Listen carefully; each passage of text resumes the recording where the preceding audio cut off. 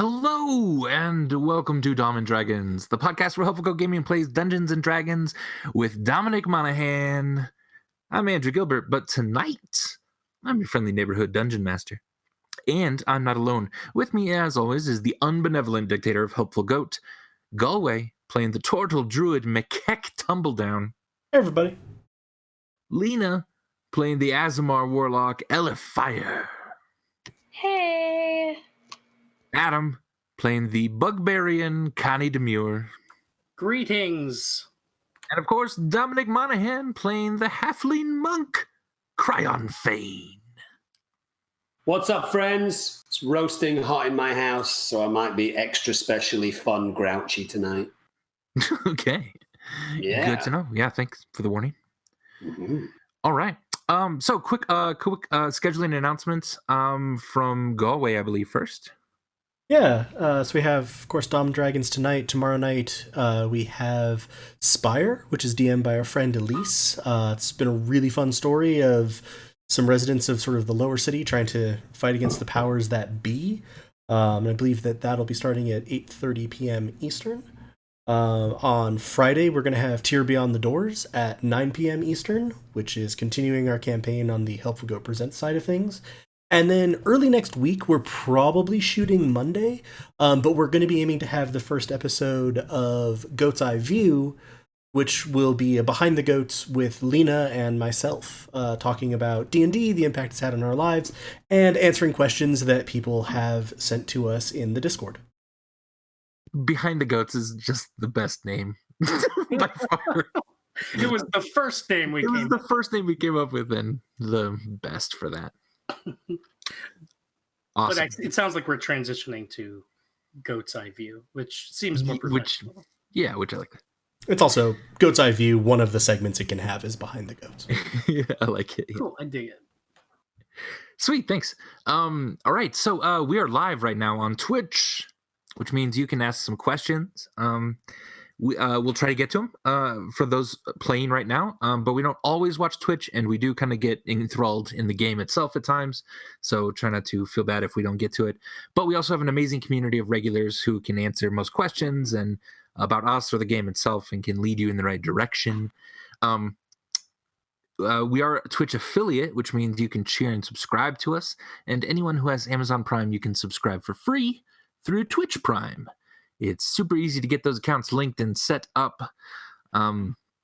Yeah, super.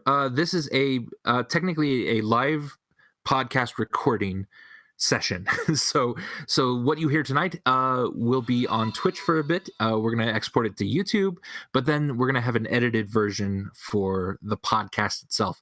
So if there's any kind of weird glitches or obscene things that Adam says or something like that, it's fun for the live version, but we might cut some of that out. What do you? Oh yeah, because Adam's the one I'm worried about. Touche. Fuck.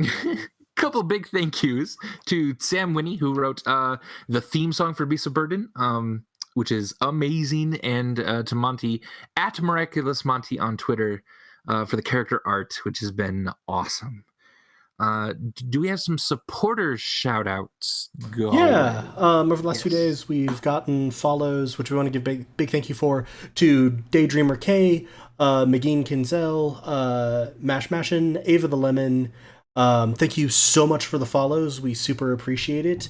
It makes a big difference to us, and any form of support, whether it's subbing, following on here, throwing us a donation through our coffee, or subscribing to the podcast, leaving reviews, leaving ratings, all of that is super helpful and helps us do more of this, and we love getting to do this. 100%. Awesome. Yeah, thank you so much for the supporters then. Yeah, we love you all. Hope you're going to have fun tonight. We will, certainly, because it's Dungeons & Dragons, and it's a good time. And I don't think any more announcements. Our last session 5, that ended with the most epic thing Andy has ever done in D&D, is still available to watch on Twitch here on our channel for the next week, I think. But we haven't exported it to YouTube yet because of some really silly like copyright business. Yeah. We have the same music as Bigfoot Chapter 12. But the music is like free. But the music is normal free music. It's from Incompetech, and so we credited it, but this Bigfoot video on YouTube didn't credit it. So Twitch thinks that we stole it from Bigfoot. I don't know. Yeah, it's so funny. Anyway, so if you want to catch up with Session 5, you can watch that here on Twitch. Solid. Thank you, Adam, for that. You told me to say that right before we went live, and I completely forgot. Oh, well. It's not good. I'm not gonna beat myself up about it. So, without any further ado, let's begin tonight's episode of Dom and Dragons.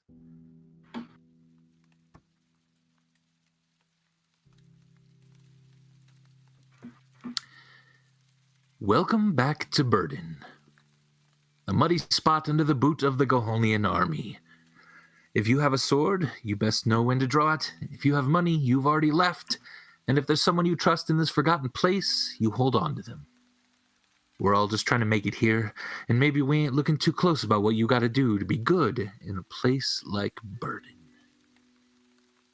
So last time, the group set up an ambush for the package coming into town. They thought perhaps Kalia might be with them. While it was a brilliant plan, as soon as Cryon Fane got a look underneath that tarp and saw that it was a gigantic animal, an elk, the plan to basically blow up the package was rethought quite quickly. The group then followed this well-armed militia of Goholian soldiers that were guarding this cart down underground, sneaking inside the tarped package itself. When most of the soldiers then left, the group popped out to surprise two members that had stayed behind. One of them was the incredibly German captain in the Goholian army. And the other was a person from Cryon's past named Nine, who did their best to take out Kalia in the process of a fight. The fight didn't quite last long. The group was overpowering them quite quickly, even when the incredibly German captain turned into some sort of demonic beast. The group routed Nine and the individual known as the incredible German captain. Outrageously German captain fled in his beast form, leaving Cryon to very carefully search the remains of his friend, compatriot.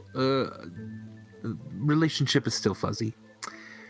Where then Cryon found a very interesting letter, which, Dom, I have put in the handouts folder underneath your character sheet.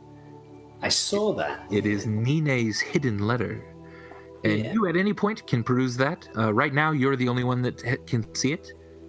If you ever want to show anyone the letter, I can also put it in their journals as well. But right now, it's just yours. Do with it what you will. Cool. So, you spent all night saving then a few of these elk that for some reason had been captured and held underground in the Burden city limits. What exactly the purpose of them was pretty unclear until the next morning. You saw well off in the distance a gigantic cloud. Underneath that cloud, some 40 elk, each one with lines of rope tied to their massive antlers, streaming from them up into the sky, into the cloud itself. and seemingly pulling behind it a gigantic floating mountain on which you were able to see all kinds of siege equipment, trebuchets and catapults, and you suddenly realize that what your shape-changing friend had warned you is certainly coming true. A massive new weapon that can end the war might be coming through Burden. While that massive floating fortress is still a ways off in the distance, you do feel that it is making its way very slowly toward Burden.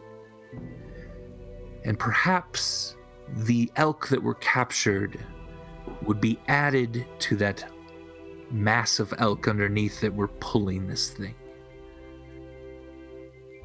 After screams and cries from the city around you, what's left of the leadership of this town called a town meeting. You all then meet in the One-Eyed Beasts of Burden Tavern. It's crammed in there.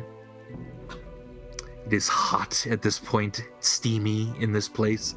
It smells really, really bad.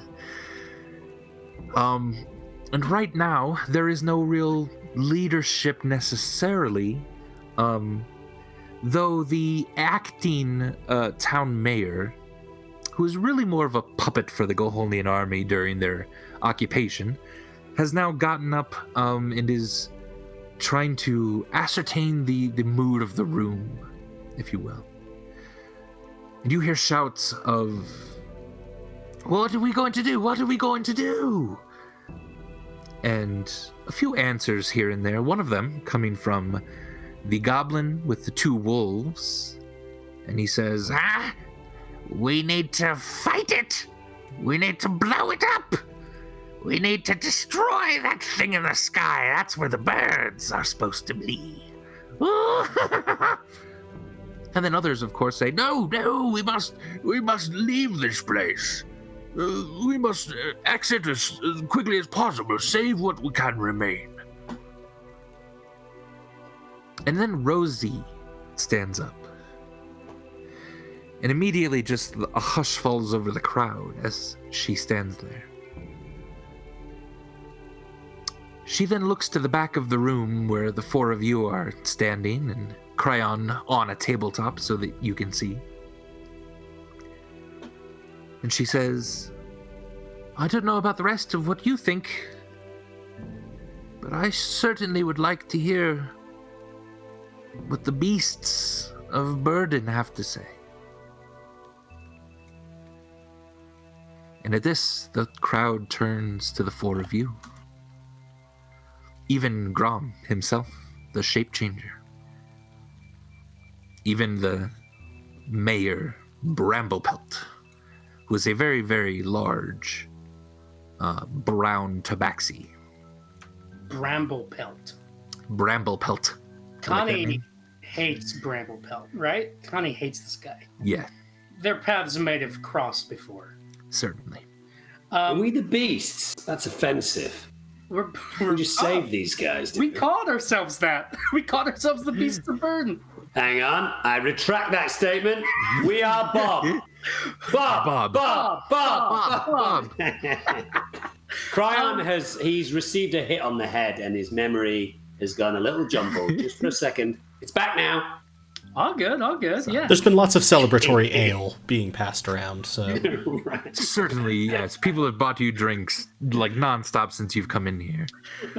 Serenade, the lizard folk bartender, she is hurriedly getting drinks around and everything for all of you. So, Andy, between what we were told by Grom and the kind of tenor and content of this town meeting, and the mayor is kind of a puppet for the Gohonian army, you said. Right, yeah, he was still in power technically, though he was mostly just there to sign like arrest warrants for whoever the Gahonians wanted to arrest, kind of thing. Right. So, I mean, so as a puppet, he might not really have much information about what's actually happening, but to the extent that he might, or that he does, this is for my own clarification and just for like, the audience and the story and everything. The sense that we all have is like, we know that this weapon is that the Gahonian army has it, right? They were the ones with the elks. This is them. They're gonna use this to fight the Wigmoles, right? Yes. Yeah. This seems Grom especially is very sure of this. But so Burden, this is the weapon. And in terms of like politics and like the war, like Burden and its residents, would they feel more of a solidarity with Wigmoles or Gahonia, or is this really outlaw country and we're like, we want nothing to do with this war in the first place? Well, that can be a little bit of your own sort of interpretation. If you're trying to think of like the mood of the town, the town is very anti-Gahonia. Because they were an occupying army. They were I also just stirred all of that back up. Right, which basically you guys stirred up the town enough to kind of revolt, and you've now captured or killed every soldier left in town. So yeah. But yeah, so the town is very anti-Gahonia, even if it's not extremely pro-Wigmo, if that makes sense. So Kanye will be like, Ruggick, damn you, bramble pelt, you piece of shit. We don't believe a god. God damn it. Ruggick, damn the word you're saying up there. You're just a puppet for the occupying army. So whatever you got to say, we don't want to hear it.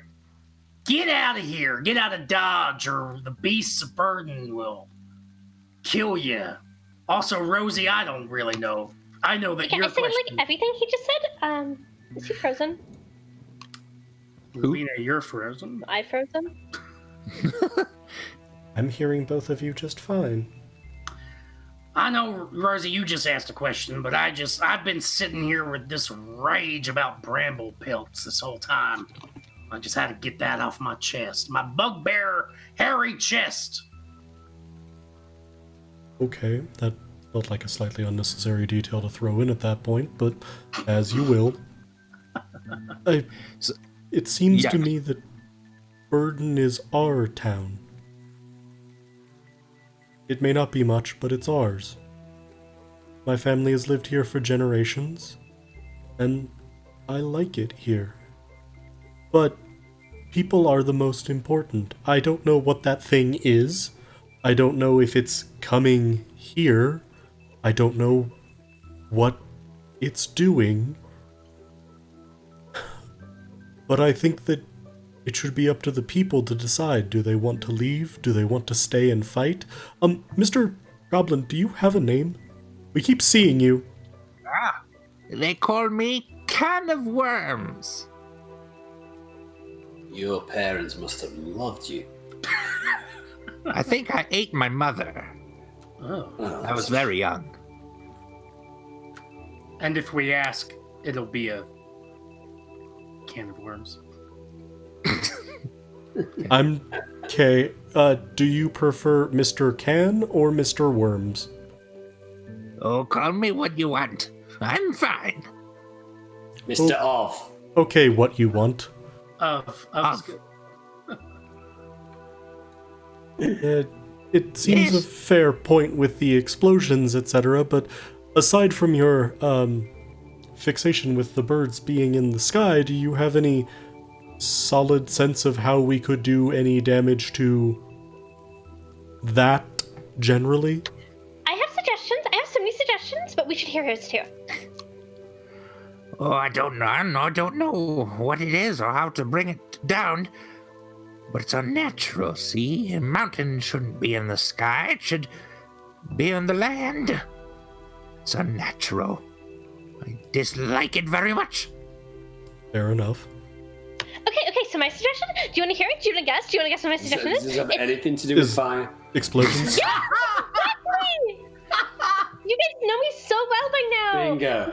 Yeah, make big explosives and blow it out of the sky. Yeah, okay. Makek, does your sister have any understanding of what this thing is? Has she seen this before? Does she have any information for us? It seems a worthwhile question. Kali, do you know what they were using these elk for? Or what that thing is? No, I have no idea. I just assumed if elk are really pulling that thing across the sky, probably a few of them will succumb to weariness. This might be replacement elk for them. That's all I know. Nor do I have any clue what that is or how it floats up there. That's very scary, Mikek. What about our elk friend that we unshackled? Where is that elk now? Is it kind of sat up and grazing somewhere? Is it hanging out with us? Yeah, you've freed about 4 of them, and they're just right now kind of lingering on the south side of town. Technically free, but don't seem to want to go anywhere at the moment. I mean, see, this is Crown talking. It seems to me that there doesn't seem to be anyone else in this town that is actually keen to go on any adventure, guys. Unless my cat, any other people that he knows, it feels like it's us. Do we want to, as a group, do we want to decide instead of talking to this townsfolk who are just scared and complaining and terrified and probably want us to leave as well? Dom, I'm going to be kind of a director for you and ask for another take of that. Oh, yeah. Just because the first half of that audio was kind of glitchy. Oh, it's janky? It was janky. So here's your chance to like really nail it. Oh, yeah, okay. Take 2. I'm always so much better on take 2 anyway. Cryon was just saying that he thought that it seemed that we are the only real people in this town keen on an adventure. I don't know why we're wasting time in this group of people who are just complaining and scared. It feels like us as a group need to decide instead of hearing what the townsfolk are saying, because no one's going with us. No one seems to have anything to contribute. How are we feeling? One, you were right about the grouchiness. Here you are being like, fuck all these people. Yeah. which I love.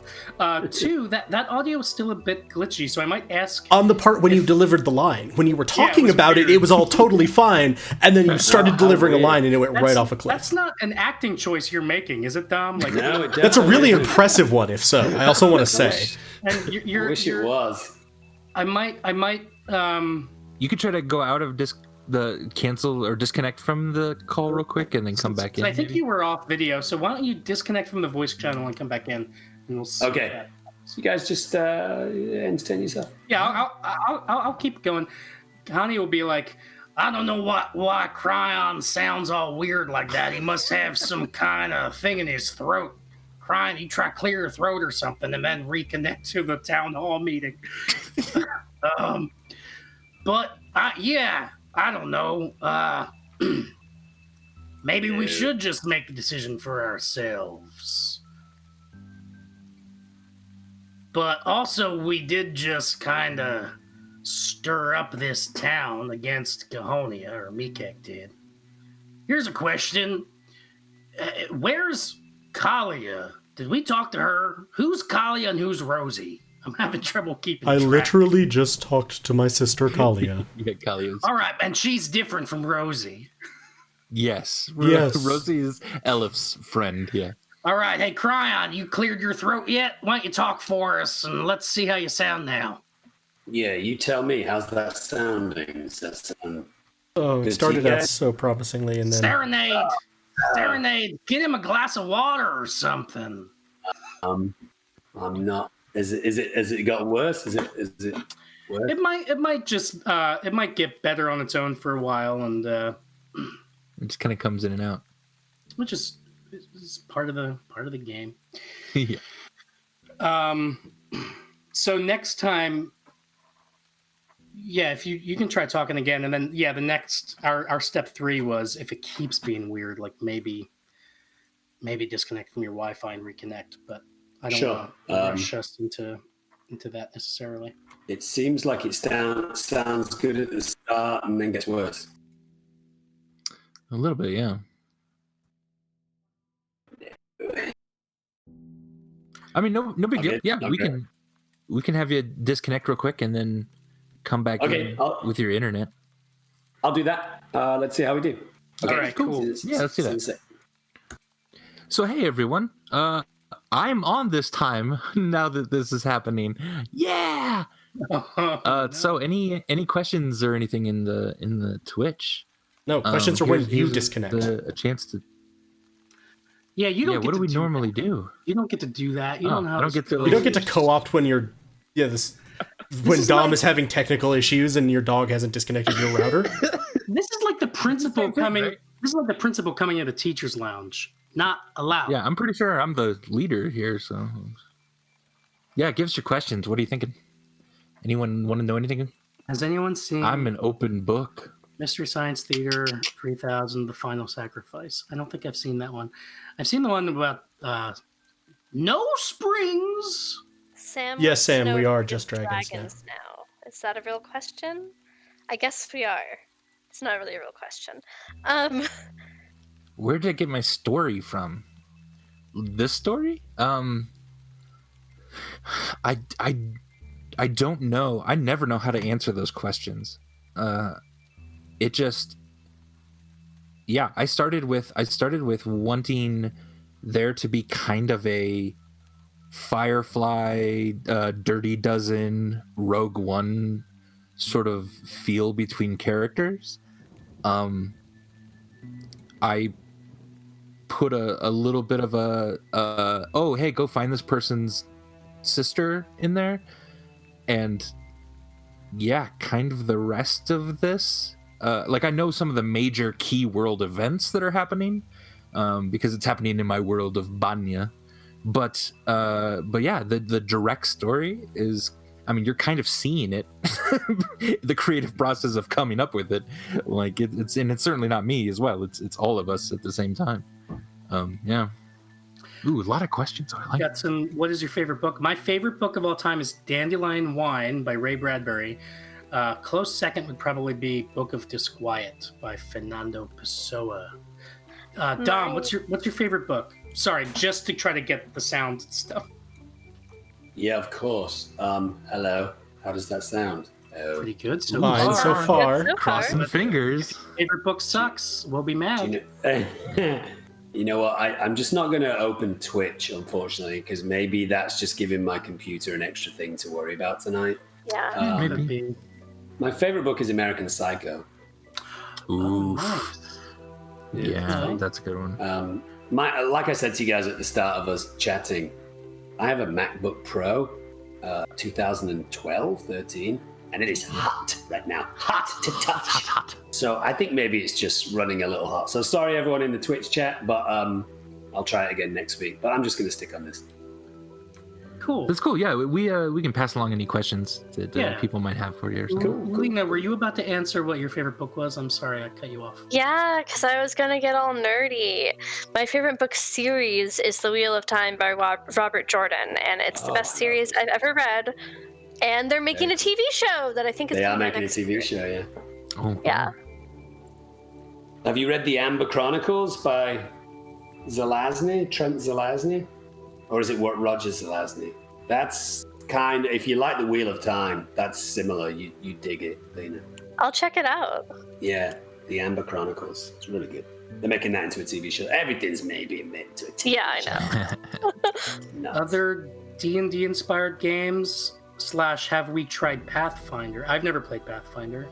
Lena, I'm playing Neverwinter. Oh yeah, they asked about Neverwinter in the chat. Yeah, I just started playing Neverwinter like 3 nights ago because the girl that I'm crushing on is playing it. Right on. Some shout outs to Ray Bradbury, which I like, and the Phantom Toll Booth, Tibby Taboo. That's great. Nice. Oh, gross! It's Rachel saw Ray Bradbury speak before he died, and he autographed her copy of The Illustrated Man. That pisses me off. I was gonna say I have an illustrated copy of Fahrenheit 451. Oh, nice. Don't throw it in the fire. All right, one more question. What is a fictional character you've burn it. always looked up to? A fictional character you've always looked up to? Look up to. I'm gonna go nerd again, and also full disclosure, I never actually learned how to say any of the names in the Wheel of Time, so I'm saying this wrong. But it was Nynaeve, the one who married Lan from the Wheel of Time. That's not really a spoiler. That's not a spoiler. It's really clear. Anyway, it was definitely her. I kind of look like I don't look like her, but she has a really long braid, and I do too. I'm I'm in love with her. Nice. Very cool. I guess Atticus Finch might be kind of a boring answer. Oh yeah, but he's pretty good. Yeah. I can't remember the name of the guy, but the name of the kind of tanky guy that protects our hero in Dune, the Frank Herbert novel. He has a tanky kind of general guy that hangs out. Yeah. I can't remember his name. The general of House Atreides. Yeah, I can't remember his name. Yeah, he's kind of cool. Cool. Nice. Well, that was all right. Fun. That was fun. I was really happy to be a part of that one. Yeah. Mogan, get the internet. Never again. So we were in the midst of discussing Cryon's point about maybe we should just say screw this town and make decisions amongst the 4 of us. Or talk amongst the 4 of you first before telling scared townsfolk what to do. I just think Cryon turns to them at one point and says, nobody's coming with us. If we go anywhere, if we leave this place, we're not going to have anyone come with us in our party. So why are we asking the local townsfolk about what they're going to do or what we should do? They're not going to help us. They're not going to do anything with us. We should decide amongst ourselves. Well, Bob. Because sometimes it's the duty of the strong to help those who are afraid decide for themselves. Okay, and also if we're gonna beat a siege war machine, we might need a lot of people. I've heard siege war machines are really big and terrible, right? So it's a mountain. It's help. A literal mountain. Okay, we're not fighting the mountain. We're fighting the people on the mountain. Maybe we're fighting both. We don't know. So even if we wanted to get up there, could we get up there? How would we get? So, Rom, Rosie, Kali, should we maybe have a little conversation about this with the 7 of us? Since Cryon's point is well taken. Yeah. Nods. Yeah. Serenade then sort of shouts up from behind. Well, what are we supposed to do then? Just wait around for you to decide our fates? Start making explosives. Start making lots and lots of explosives, just in case we need them. All right, I can do that. She immediately starts grabbing liquor from behind the bar. I've always been worried about this bar. But yeah, actually not the worst suggestion. Improvised explosive devices, everyone. We'll be back in a minute. Yeah, y'all help with that. Y'all be like Rosie and Rivet. You know what I mean? You guys get that one? Rosie the Riveter. What's a rivet? Right. Stick and move. Stick and move. Connie is now a stand-up comedian. What the fuck is he doing now? All right. He's trying out new things in his life, okay? We're just going to go in the other room back here where I'm sure none of us were ever lured back into this room by somebody sexy and then given us some weird assignment about a music box. Cryon, you did have a room rented here. If you wanted to retreat to that area, that would be fine. Yeah, and did that lady have a separate room, or was it the same room as mine? You're not sure. She's probably staying in town somewhere. So you could probably ask around to see where she might be staying, but I mean, if there's anything lootable, Cryan's all about it. I just don't know if they're actually. yeah. If you kind of ask around, the townsfolk kind of mired in here as everyone's heading back to the back rooms. Serenade does kind of catch your gaze, and she nods at you kind of expectantly, and you walk over there, and she kind of whispers, she was the third one on the left. Which is just a couple down the hall from where you were staying or where you rented. Okay. Well, he's sprightly, right? He's fleet of foot. That Cryan. Would it just be him going and having a look around, or is there anyone else interested as well? It's up to you. Do you tell anyone, or do you just kind of, as they're making their way into your room, do you nip on down to the? Yeah, I feel like I would go on my own if I could escape them without them knowing too much. Yeah. All right. Yeah. You rush over to the door real quick. Kind of try the handle. It is locked. You didn't see a key on her when you searched her body. Do I have any pickpocketing abilities? Not pickpocketing, lock-picking. Yeah, you don't have any thieves' tools to pick the lock right now. And can Connie do a perception check to see if he spots Cryan going away from Sure. the group? I mean, I feel like we also, if we were all going into his room and Cryan just bolted down the hall, even if he was at the back of the line, we're now probably just sitting in his room like, Excuse me. we're short one. You're saying bolt. I think he slinked. And I want to see if Connie saw him slink. Slank. See if you caught his slank. Slank. Oh, Slunk. God.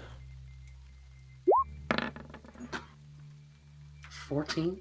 14? Yeah, he wasn't trying to be super stealthy. He was just kind of going quick. You probably saw him go down the hall a little bit, yeah. All right, so Connie's kind of hide, Connie's kind of peeks inside the room as Mikek and Elif go in, and he'll kind of also slink down where Cryan went. And he'll find Cryan and be like, "Hey, what's going on? What are you doing?" Well, not much unless you have a lockpick. Do you? I might, or I might not. Depends on what you're trying to do. I'm just kidding. I do have one. What door do you want opened? This one right here that I'm stood in front of. All right, that makes a lot of sense. All right, stand aside. I was a corrupt sheriff, so, here we go. 19, very nice. Ooh. Yeah. At one point you're getting stuck. It's having a hard time getting it open, and then you just kind of slam your hand into the side of the door, and then something goes, and it opens up for the two of you. Would you like to go on in? Age before beauty, says Cryan. Pretty sure you're older than me. Yeah, I'm 102. How old are you? Yeah, I'm like 57. Shit. Sorry. Backfired on Cryan there, but that's okay. But if you go by percentage of life left, Cryan's younger. That is true. Can I do a little...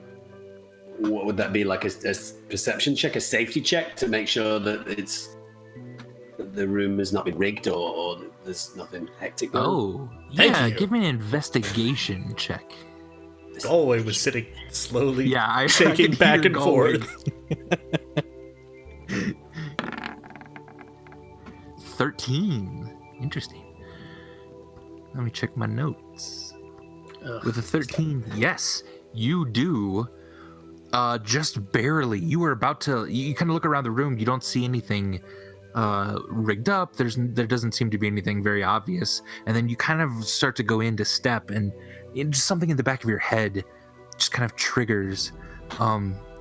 Actually, one of the one of the things from your old monastery, they used to teach about a few traps every once in a while, and one of those that you heard about,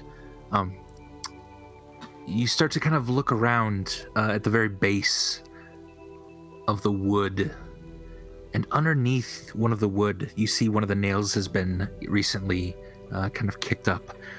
And you very carefully lift up that nail and then the plank underneath it, and it looks like a small pressure plate has been placed underneath the wood. It wouldn't take much. You just need to remove it without touching the top of it. Which take a little bit of dexterous fingers, but not too much. Watch out, Connie. Watch out. There's a trap here. All Let me right. see. Oh, goodness, I've just dropped something. Don't worry about that. Let me see. Was that it? Oh, no. That was not the trap, though. Okay, good. Let me see if I can trip it. So what would that be? Is that a dexterity? Yeah, do you want to remove the little device without... Can I... Yeah, without springing the trap? Yeah. Can I do that? Yeah, give me a sleight of hand check.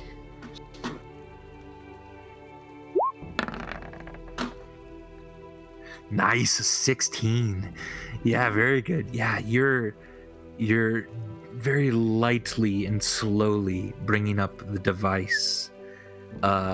It seems to be spring activated as well.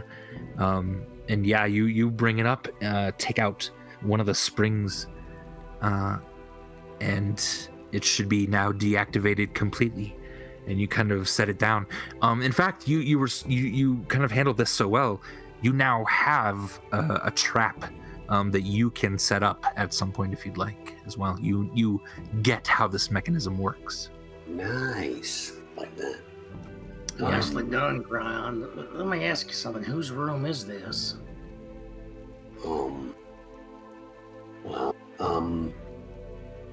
I remember giving you a light a while back before entering the pub. You might not remember me. I'm sure there's been a few halflings in and out of the tavern at times, but when I went into the pub that night, the tavern, I found myself kind of accosted by a lady who invited me into her chambers. Not a euphemism.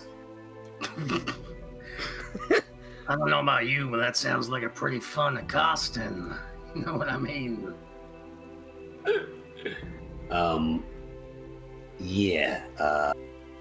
It was there that I was given the information about the music box, to locate a music box that might at some point be able to clear my name.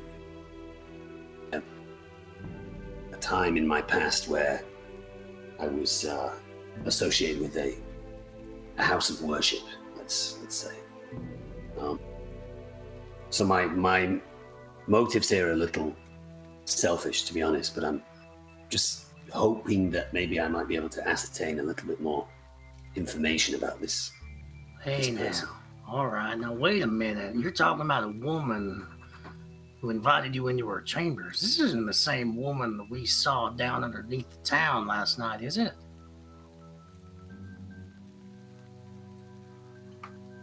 Yeah.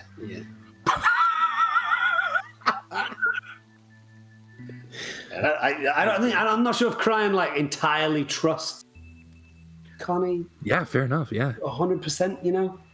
But he's also physically imposing, so he doesn't want to upset him too much. All right. He would rather that he had broken into the room on his own, I think. You know, he doesn't have a lockpicks. No, I get it. She's dead, and she was with Kalia when we found Kalia.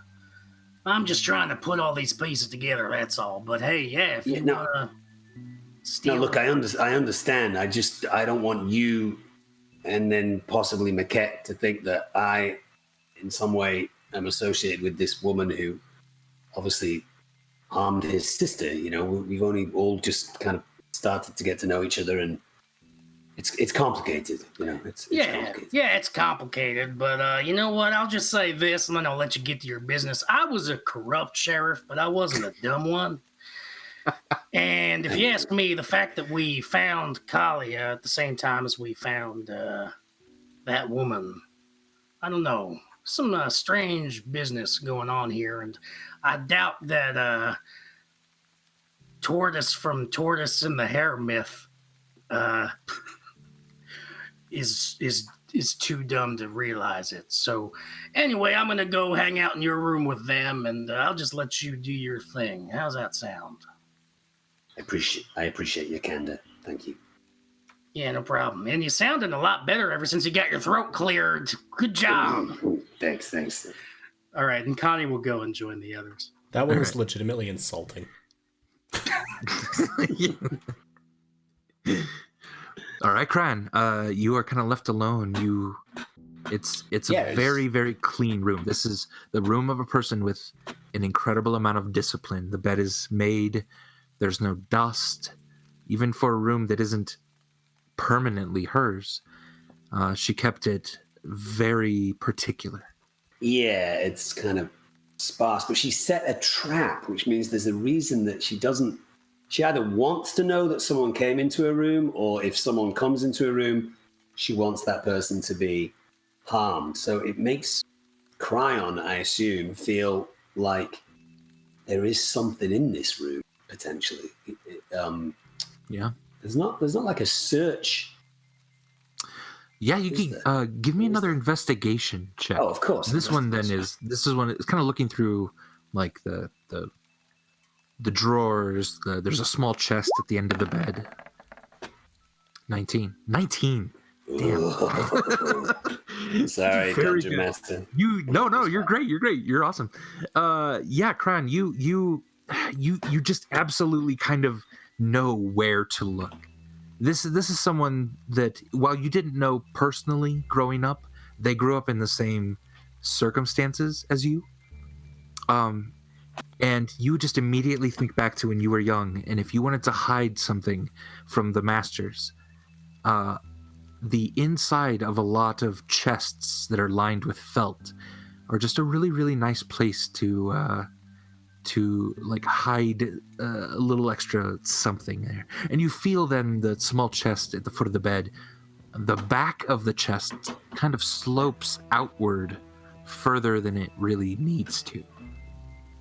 And so with one of your darts, you kind of pry up the back of this chest, the felt, there's kind of almost a light wood then that you kind of peel back as well. And there's a small wrapped kind of package, really no bigger than maybe your hand, in the back of this.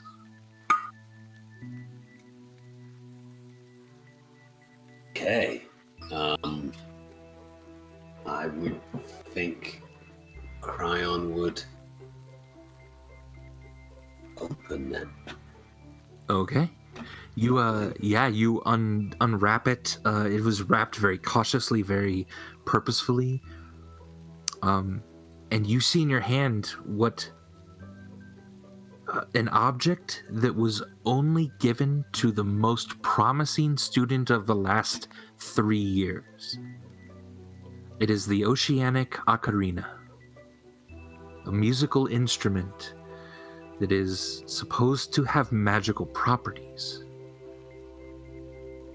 You in fact were supposed to receive one of these before your abrupt departure. But she has one, and if you want, you can take it.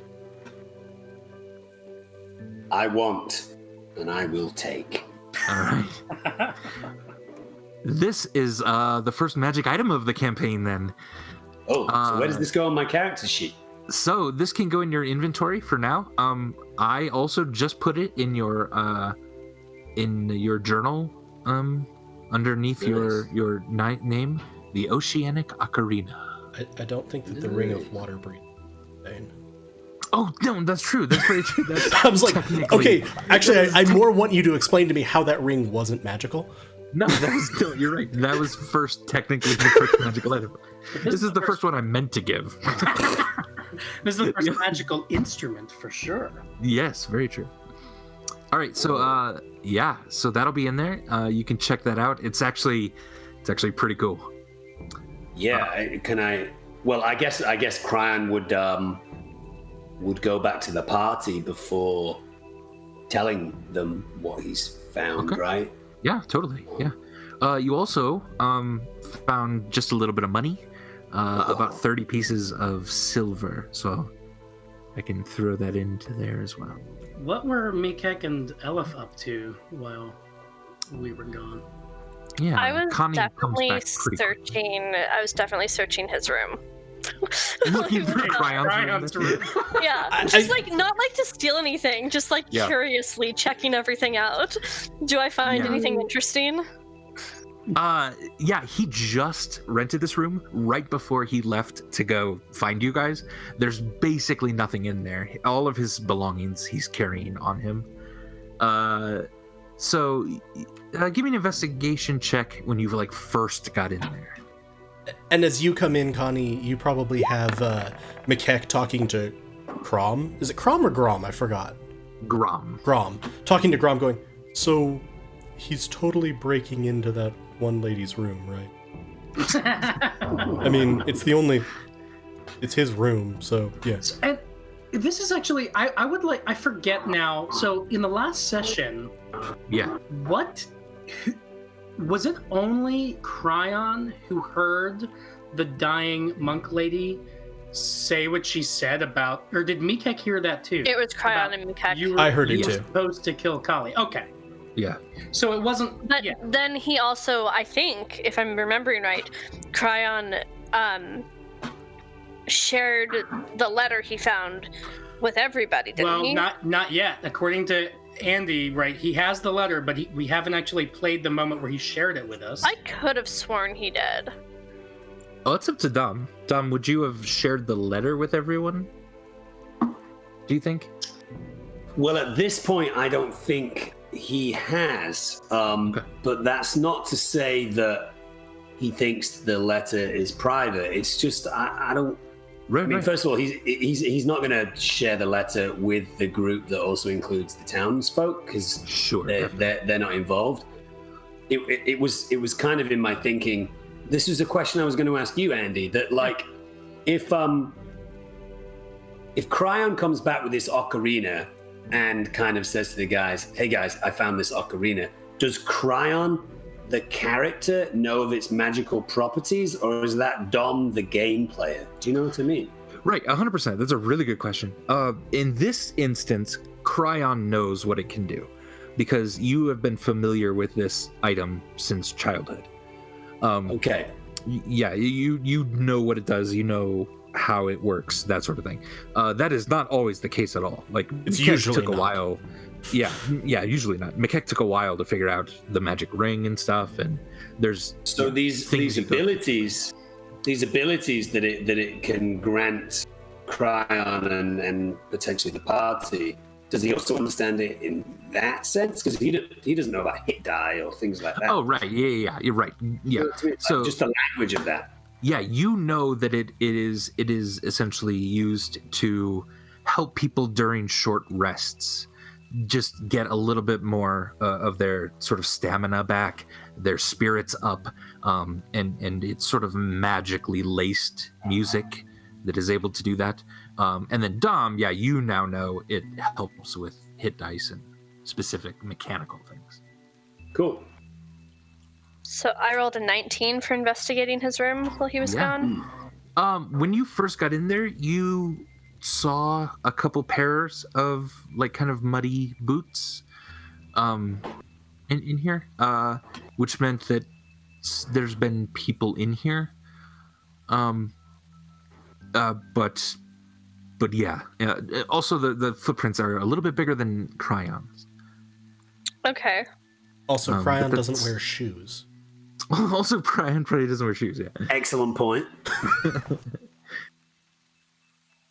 Yeah. Weird. So you notice that, Okay. and then everyone sort of files into the room, then behind you, and Connie, probably as you come in as well, Kalia is picking herbs off of Mikek's crown, and then is stirring them into a tea for people.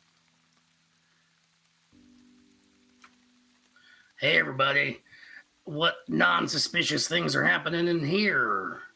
I mean, Same this might as be how- like kind of suspicious, but there's these like weird footprints, right? Did you see them? Did you see the weird footprints? I don't know whose those are. They're not mine. Connie will kind of walk heavily over, look down, give a little like thoughtful police work kind of grunt, like, And he'll look at Elif and he'll say, yeah, Elif, good observation. It's almost like we live in a town of mud. Okay, but like, whose are those though? Like, he doesn't wear shoes. He's got little halfling feet. Well, kind of big halfling feet because he's halfling. But I don't know. Like whose boots are they? Whose feet? Yeah, good observation, Elif. It's almost like there might have been somebody staying in this room before. Cry on. Okay, have you like ever stayed in an inn before, Connie? I'm not saying this like to be mean to you. I'm not trying to be shitty. I'm like trying to be your buddy right now. Like, right, we're buddies now. But also, they clean rooms in between people staying in them. Connie knows Serenade. Does he? And this inn. Yeah. What's his kind of historical sense on how often these rooms would get cleaned? Yes, generally cleaned between people, and stuff has also gotten a lot more slack since the Gaholians have really taken things over. So it could be either way. Yeah, I don't know, Elif. I just gotta say, I mean, yeah, we are buddies. I'm definitely your buddy, and I have no intentions of that changing ever in the future. But So I'm also just going to say as a note, my passive insight is 16. And My just rolled it. passive I got a insight six, is 16. Is that a lie, Connie? I'll let you roll deception if you want. I mean, it's a lie because he Okay, still wants the bounty on her. Fair enough. If he ever gets the opportunity to, he will do it. Then, give me a deception here. 7. Oh, just barely better. Elif, you're kind of believing him? And McKeck, no. But anyway, as I was saying, I just think a floating mountain connected by ropes to 40 elks might be a bit more interesting than a couple muddy footprints in Crion's room. Sure. Is Crime back yet? Is he still? Yeah, Is he on his way back? Yep, probably about this point, you can pop back in. Okay, because I feel like if he is back, he would probably at this point have the first opportunity to chat with these guys in private and might have a few things to say. Yeah. So, well, I'm trying to work out which one's... Okay. I feel like Cryon kind of walks in through the door, holds his hands up. Hey guys, didn't mean to disappear. Down there with Connie. I needed to have a look in that room. I have found something I want to show you guys. I want to be as honest with you guys as possible. Look at this. Kind of presents the ocarina to the group. Passes it round, and as that's going on, Cryon says, "It's not just you guys have heard me play the ocarina. This isn't just an ocarina. This is a magical ocarina.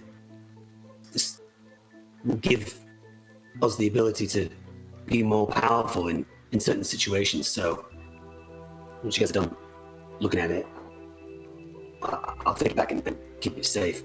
But just have one more thing to say.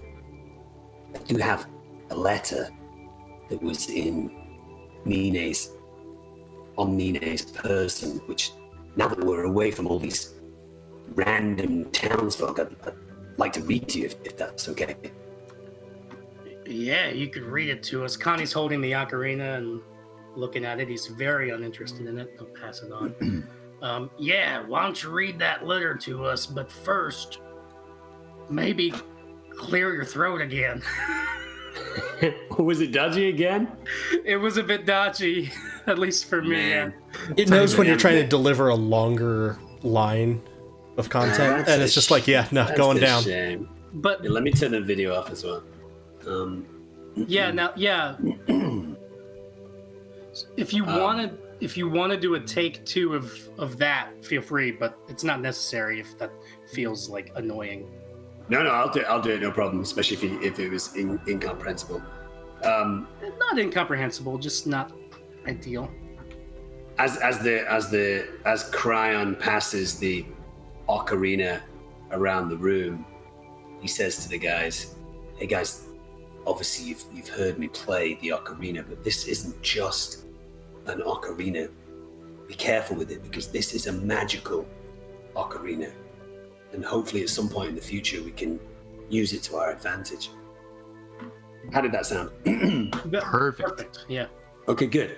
And then he also kind of looks over at the party and said, "Guys, I didn't want to tell this to the whole townsfolk. I was waiting for an opportunity for us to be on our own, but I did find a letter on Nine's person, written to Nine from someone else, which I'd like to read to you guys if we have time." The whole mountain wasn't moving very fast, so I think we're good. Okay. It says, "Nine of the Broken Wave, we have been given the directive to end the war peacefully, but that is not an efficient way to do this. The lesser people of Wigmols should be made to bend to the will of the Kaholians. Only then will peace be enforced. Do whatever it takes to end this war quickly at the expense of any number of Wigmolians' lives. To this end, there are a couple of loose ends that need to tie up. Listen to this, guys. Cryon Fane is in Burden, a place I think you'll be anyway if you're ensuring that the Myriad makes it into Wigmols. If you're able to frame him for the murder of one of the prominent members of town, this would be perfect. You may dishearten the locals and capture Cryon. Once the Myriad weapon is secured within the borders of Wigmols, it's only a matter of time before the war ends. Return then with Cryon. He will pay for his iniquities, and you will be made master." That's Nine. He's talking to Nine then.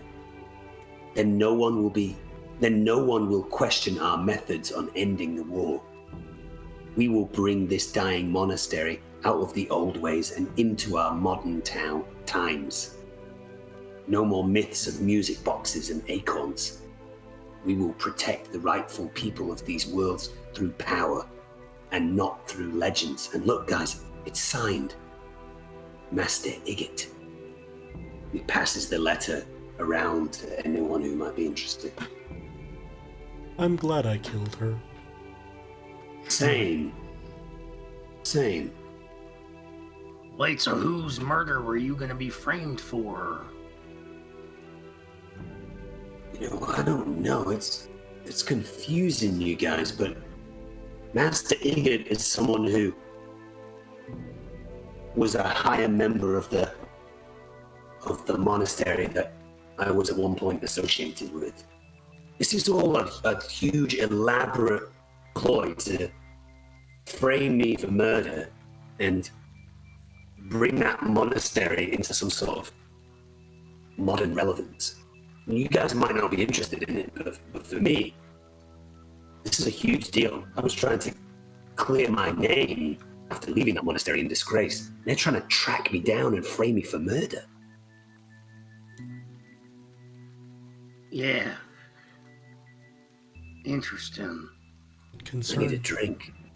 It concerns me because I assume that that's what she meant by you were supposed to kill Kalia.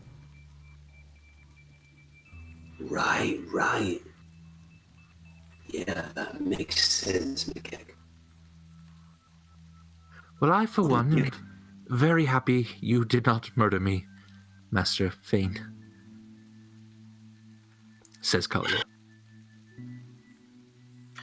Well, yeah, he didn't murder you. You're alive and well. That's good. And that mountain is moving pretty slow, so I guess this might be a good time for me to say, Mikek. I'm only calling you that because I'm out of... I went through my whole list. Mikek, might be plenty of time for you to maybe pay up on that deal that we arranged, right? Of course. What deal? As I said, I would provide you with medicinal herbs and supplies along with my expertise as a potion mixer. Is there anything in particular you'd like? I suspect you're going to offer Cryon something for his throat. I do have a Tumble Down Flower Crowns brand lozenge if you'd like to try one. He's gonna pull a small envelope, like, from the flower crown on the house. Much appreciated. I guess I'll just agree to take in your most valuable stocks, whatever that is, some amount of it, and then maybe cut me in for 10% of your profits over the next month. I'll protect you. What's so funny? I didn't do one of my stand-up jokes. I was just thinking about you charging the guards in the cell. It was funny. Yeah, Kalia, let's run the numbers later and see if 10% is acceptable. Sure thing. I just like to point out really quick before we start talking about the mountain in the sky that there are like weird footprints here, and I know Connie doesn't think they're important for some reason. I don't really know why. Weird logic there, especially since he was an ex-cop, right? Like you think he'd think that was important. But anyways, maybe people were in here and like searching Cryon stuff and looking for something or looking for Cryon. So we should just be like extra on the lookout for that and make sure that Cryon's like definitely safe, right? Let me see. Let me see those footprints. Where? I'll point them out to him. Sure thing. Yeah. You see a couple kind of large boot prints that are pretty recent. You think you would have saw them, although you were distracted by Nine at the time, so maybe not. Sure. What size footprints are they? Like, are they a human? Are they bigger than that? Right. You would guess sort of large human-ish size. Yeah. So metagame also maybe something like a Goliath or a Furbolg or something? Sure. Yeah. Which means, Cryon, perhaps if these are recent, Nine was not the only one looking for you in town. Could I check to see how old I think the prints are? Yeah, give me a survival check. 12. Sorry, I shouldn't have advantage on. You're good. 12. It's a little hard to tell now that a bunch of people have kind of crammed into this room. A day, maybe? But that would mean it would be quite likely that they weren't there before Cryon got here. So, I mean, at that, Mikek would sort of be like, I think these are more recent than when you arrived in town, so they're not leftovers from before you got this room. I'm sorry, Cryon. I tried protecting you from this nonsense about the footprints. I don't think it really matters. But since everybody is dead set on checking out these footprints, all right, I'll check them out too and see if anything strikes me as suspicious. There are, Grom speaks up, there are a few more pressing things than footprints perhaps at the moment. I don't want, tea is very fine and footprints are excellent, but I need to be going. I need to be getting back to my men. Oh. They need to know about this thing, that it's coming and that it's coming here quickly. Now, interesting there, Grom. Before you leave, why don't you just come over here and put your foot over this footprint for us? Oh, wait, it wouldn't matter because you're a shapeshifter. I'm suspicious of him. And I'm checking out this footprint anyway, despite the DM's best attempts at getting us on track. Should I do a... Roll a survival check. A 9. It's a footprint. It's a boot of some sort. Probably muddy. That's all you got. Not really getting anywhere, are we? Footprints don't mean shit. They just mean mud. Now, mountain, elk, ropes, warfare, siege, right? And that's actually a great place. That's a great place to take a break real quick. Connie's excellent contribution to the meeting at hand. I feel like McKeck just you all then slow blinked at that, by the way. Siege! Nice. Blink. So before you all jump into a discussion of the matter at hand, let's take a quick break. Go to the bathroom, get something to drink, and then come on back. But 5-10 minutes or so. Cool.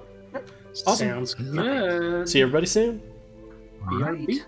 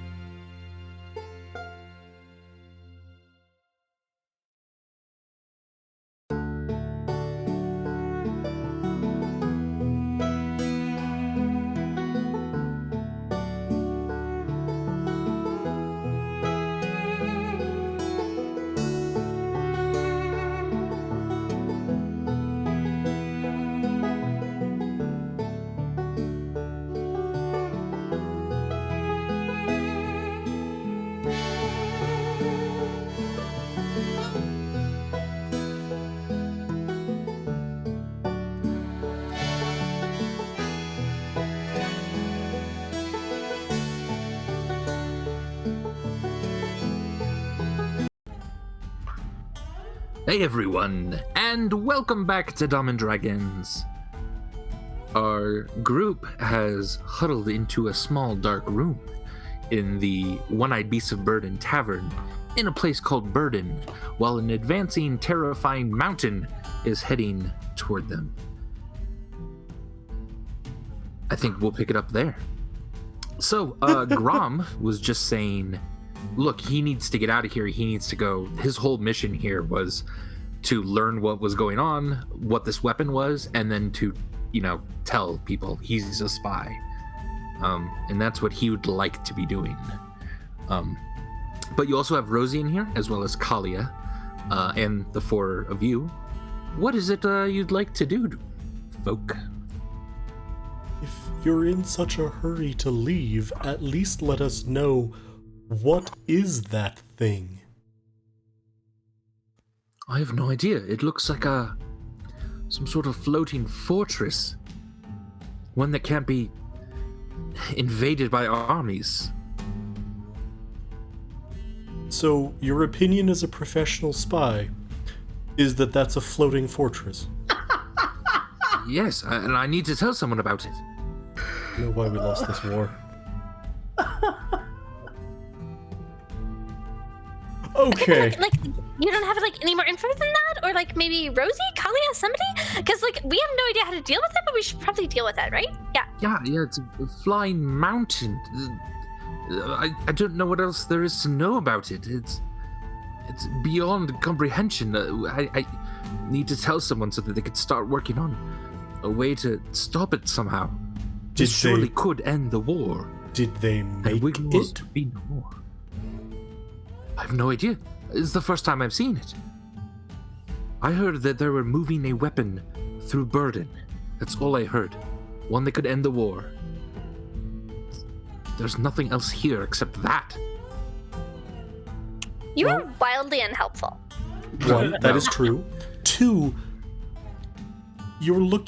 what if that is just the container that's holding the weapon? Either way, it's simple, right? Bring it down. Okay, so see, you comment on how I have no idea how to do that, and then you're like, it's simple, right? Bring it down. Pick a lane, buddy. Well, a mountain is flying. It shouldn't fly. We must do whatever we can to stop that from happening. Can we get Can of Worms in here? Honestly, he had more direct ideas. Yeah, one moment. Connie's gonna peek his head out into the bar. Hey, Of! Mr. Of! You might be even more useful than this Grom guy. You come back here. You can only bring one wolf with you, though. You can only bring one of your wolves. Fuck you! Policy. I bring 2 wolves or none at all. Both wolves are fine. Alright, both wolves are fine. So a couple minutes, 30 seconds later, wolves are now inching their way into this room. This room is packed to capacity, and it smells all of a sudden incredibly awful in here. Cryan, you have to stand on the desk. Yeah. Cryan stands on the desk and leans over to one of the wolves and kind of nudges his shoulder and says, Hey, guys. I used to be a wolf, but I'm all right now. Did you do a howl at the end of now? Now? Did it break up? Did I go robotic again? It just got cut off a bit. Yeah. We got it. We got it. Cryan says, I used to be a wolf, but I'm all right now. I think it's just peeking. It just doesn't like the howl. Do the wolves get the joke? Because if they don't, Connie's gonna rage. Yes, they get the joke then. Okay, cool. They start giggling. Nailed it. In that wolfy way they do. McKeck is also, while still talking about things, going to be spending 10 minutes ritually casting Speak with Animals, because at this point he thinks the wolves are a better shot at ideas. Okay. Alright, so you're doing that. You have Can of Worms in here as well then? What would you like to do? Okay, so brainstorming session. The topics are, what is that thing, and what do I do about it? Go! Rosie says, well, if you can stop it, stop it. If we can't, we get everyone out of Burden. I like the big picture view you're doing, but we also need to go little picture, details, how to stop it. Also, how is it flying, you guys? How is it light? How is a mountain in the sky? And is it being moored in some way? Have we seen any attachments to it? Because surely that's a way to climb up it or possibly bring it down lower. I mean, from what we saw, Andy, just if I have this right, it's floating in the sky. There's buildings on it. There's giant siege Santa blowing a horn, and then it's tied to the antlers of a bunch of these giant elk. It's tied to the elks, right? Yes. Which might suggest. So. Well, one, those are ropes, and two, it also kind of suggests that it itself doesn't move, right? Also, if we cut all the ropes, maybe it will just float away. Maybe they're not only moving it, maybe it's also anchored to them. I don't know, but. Yes, those are things also your characters would kind of work out. And I was kind of doing that as a little bit of was I correct in McKeck could have thought of this? 100%, yeah. And you described it correctly. Yeah, the seems like the ropes that are tied to the elk seem to go up into the cloud, almost pulling it along. So, if it's tied to the elk, maybe the mountain only floats? It doesn't really fly. It can't move itself. It requires the elk to move it. So did we make the explosives for the elk? You keep trying to blow up elk.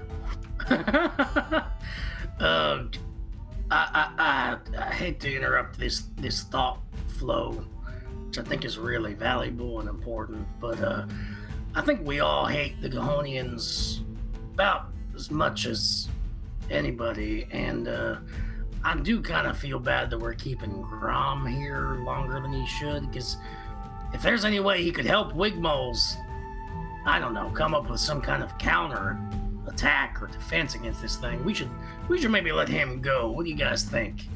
Grom, do you feel safe traveling to Wigmoles on your own with your shape-shifting powers? You should be all right, right? I can, yes. Thank you for your help and giving me enough time to recover. I should be able to set out very soon. Of course, yeah, and you know we owe our success in the town square to you. You really showed up and stepped up in terms of helping me get near that armored fucker. Oh, it means the world to me that I was the cause of those armored fuckers in the first place. Yeah, wait, what? What? Yeah, you heard me. I must go, please. All right, well, No. you don't get to just say something like that and then... Well, you wait. Well, no, I get it. They were looking for you. You were the cause. That tracks. That's not suspicious. That's not new information. You were the cause of them being Andy's there. making it suspicious. No, yeah, you knew all that already. Yeah. Oh, God. Oh, okay, damn it. Yes. Now I don't... We should just stay and submit to a little bit of light questioning. God damn it. I was legit trying... Andy, I was trying to clear a piece off the board. I was playing along with you, okay? And you fucked it up. Now we can't let Grom go. Sorry? Do you have anything to say to Grom? So I think like Lena said, a little questioning, or like Ella said, a little questioning. Please, yes. The wolves are gnawing on my ankles. It could get worse. So what do you mean? What do you mean that you were the cause of the soldiers being here, right? What does that mean? They were looking for me. The hounds were tracking me. Why? Yeah, we knew all this, though. So, as much as that was a suspicious way for him to say a suspicious thing... I rolled an 8, but do I feel like he's being forthright with us for insight? So far, you don't have any reason to doubt the horned helmet guy asked specifically for Grom. But where is he? And I'm going to burn the town unless people tell me where he is. But why would they deploy a living suit of armor, 3 demon dogs, and threaten to burn down an entire town to find you? I think they know my mission. That is to find out what this weapon is and warn my men about it. Which you hadn't accomplished until after that point. Yes, they knew I was looking for it. They're going to do the same to this town. They'll wipe you off the map if they get here. There's no reason for them to leave anyone alive who might know anything about this. I will go, and I suggest you abandon the town. It's a muddy hole anyway. Nothing really here. Okay, you remember what happened the last time someone said that? Yes, I did see that. That wasn't about him being Goholnian. I'm sure this muddy hole is very meaningful to you. I'm just saying. So in Wolvish, I'm just going to say, bite harder. The wolves. The wolves. Grom, you have to understand why we're starting to get a bit suspicious here. First, we got muddy footprints in Cryon's room, which from the beginning I've insisted were significant. Connie. Second, you are indeed a shapeshifter, and now it's beginning to strike me, and I think all of us, that we have no reason to assume that you were being truthful when you told us that you were on the Wigmole's side of things. So how are we supposed to trust that you're about to head to Wigmole's and not straight back over to the Gohonian army to tell them that we know what they know about what you know? Quick! I literally do not know anything more than there's a fucking mountain in the sky.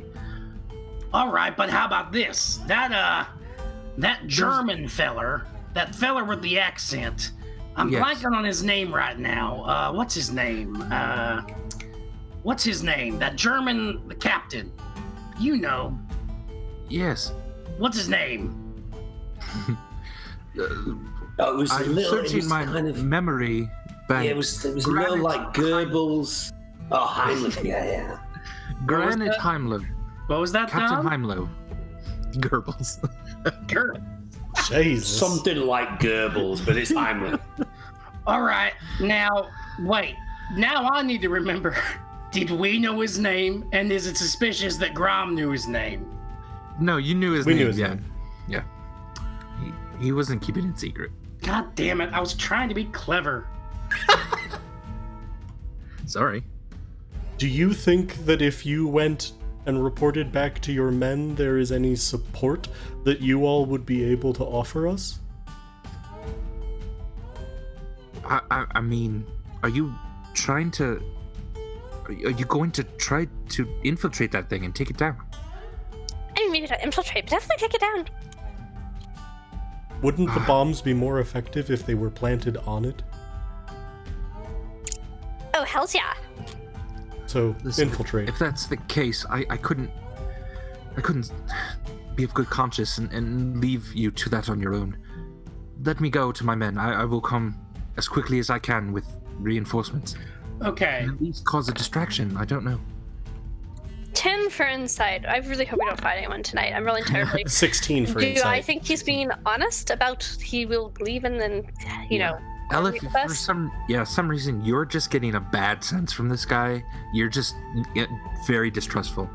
Macaque, there's something, even in his shape-changing face, there's something very earnest in his eyes. Macaque will reach out and pat him on the shoulder. I think that will have to do for now, then. So So Connie didn't do an insight check. He's feeling really frustrated about this. I would like to. So Andy. Yeah.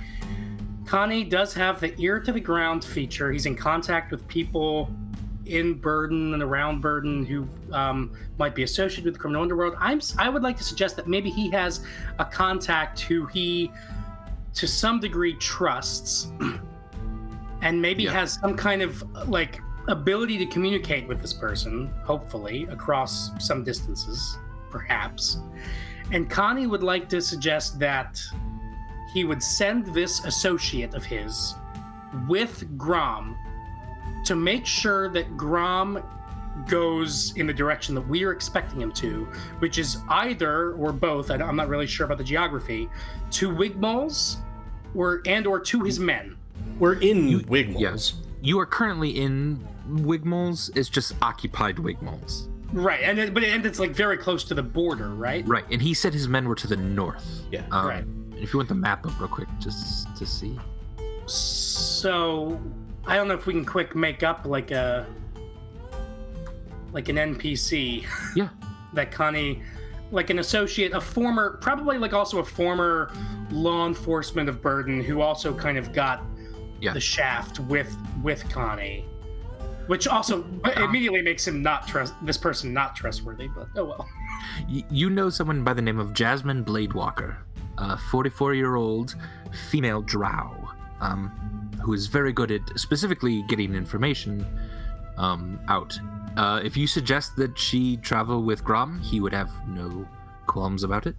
Okay, so Connie will peek out. Does Jasmine happen to be in the bar for the town meeting? No. You can like leave a quick message with Serenade, and Serenade can get it too. Yeah, I'll do that. I'll peek Jasmine. out. Hey, Serenade, go get Jasmine. We need her for something. Oh, of course. Yes. No problem. Okay, cool.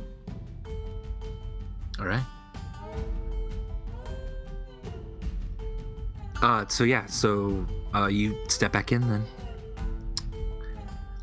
Grom will nod at you, and then head out unless anyone else has any questions for Grom. Oh, we'll keep Grom there until Jasmine shows up, and then he can go with her. Okay. Sure thing. Andy. Yeah, which takes a few. Yeah, it takes 5-10 minutes. That's fine. You hear a familiar kind of rap on the door, and then Jasmine kind of nods for Grom, and he bows to all of you. Thank you again. I can't tell you what you've done already for the people of Wigmoles. Please take care, all of you. I will return as quickly as I can. Sounds good, Good luck. Grom. Hey, Jazz, you still got that magical tinderbox that can communicate messages to my magical tinderbox that Fern Loris gave me? Yes, of course I do. So, Think I'll just fucking sell that for some drinking money. No. Right. Well, so if Grom acts suspicious or if he goes anywhere close to Gahonian camps, you let us know ASAP and you kill him. If he acts weird ass Grom! Okay, sure thing, yeah. She steps back. You're closing the door, and as you close the door, you hear Grom go, "Oh, magical tinderbox, huh?" God And the damn door it! shuts. Wait, now I was trying to hide that. Were you? Were you? You sounded really You boisterous. shouted. I think all he shouted was weird ass Grom. I think the shouted rest weird was ass not Grom. shouting. The tinderbox thing was quiet, so I appeal. I have an appeal. I Yeah. object. You can appeal. I'll give you a stealth check for that. Oh, yeah. Okay, here we go. You got this. Stealth. I love how Andy says that, knowing. Oh! Nat 20. Fair enough. Yeah. Grom says then instead of that, lovely weather in Burden. And then steps away with her. No, it's not. Awesome. Cool. All right, guys. I think I got the Grom side of things all wrapped up.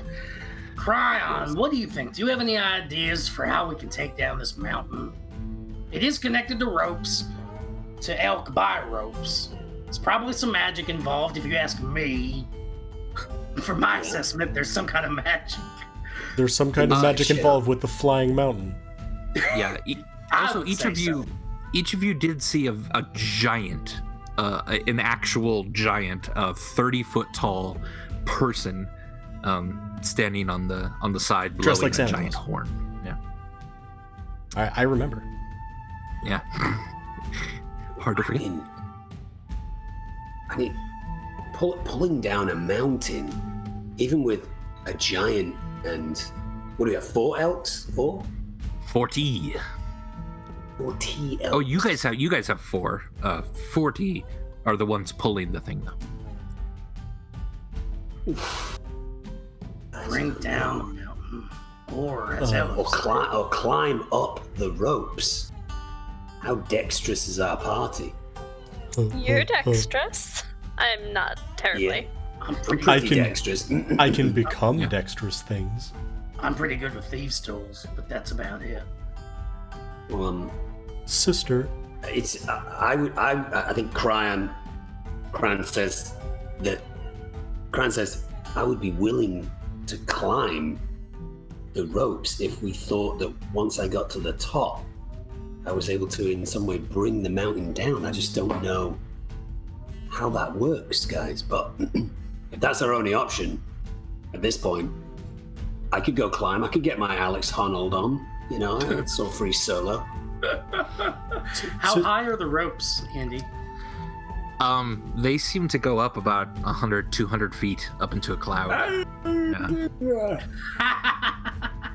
So I think Mikeko... How thick are the ropes? We can't know that, can we? Yeah, you're too far away to know that. No, I can have to tell go a lot. through perspective because I know how large the elk are because we have 4 of them. Yeah. So... Yeah, I mean, anywhere from, like, an inch in diameter to, like, 9 or so inches in diameter. Andy. All right, what does Mika think? I mean, to be fair, if we could actually see ropes at that distance... That is I just rolled 200 d6, which is oh no, it wouldn't be 200, it'd be 20. My bad. Yeah, I was gonna say, wait, That's a huge difference. I don't know what you're rolling for, but... fall damage. That's how much damage you might take. 200 D6. No, it falling wouldn't be. from It'd be 20 200 d6. feet. Still fatal. 64. It's not. Yeah, it's fatal. We can't. He can't go out like that. He just can't go out like that.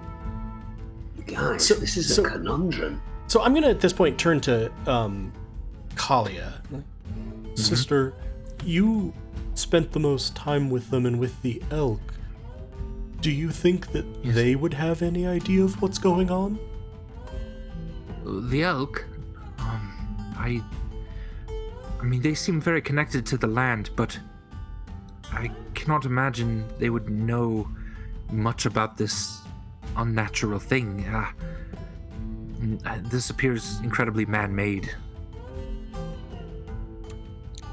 Rose. You know how you you left to figure something out on your own? Well, maybe does this like have to do with that? Does this something to do with that? Because you said it was like really big deal. No, sorry. It's not to do with this. It's something else. The world itself, more than a mountain. It's everything.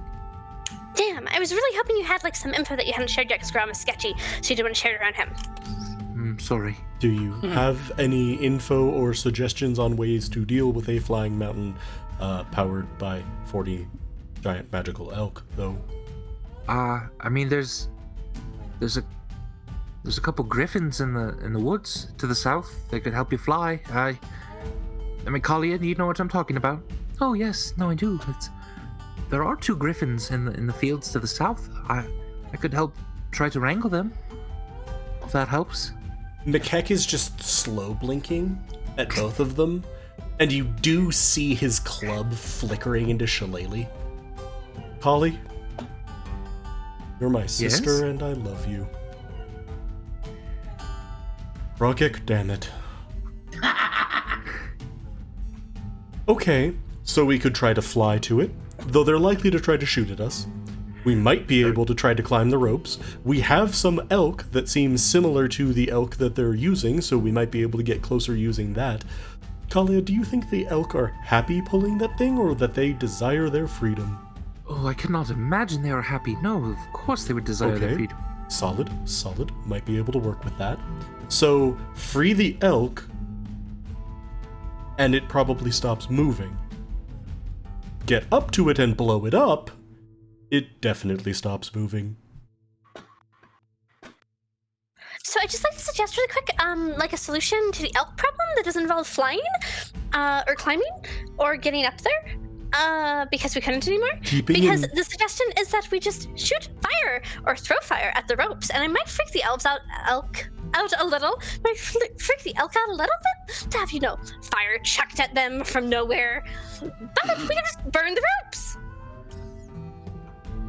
There's also quite a large garrison of men probably with the elk. It's not just them. I can hide. Okay, well, suppose that's a way. I think that would also be likely to alert them to something going on. No, it might be better to try to get to the location, stealthily get inside, free the elk from the ropes there, and then use the time and chaos that causes to set up lots and lots. And I want to point out that this is probably the thing I've said that will have made you happiest in our brief association, Elif. Lots and lots of explosives.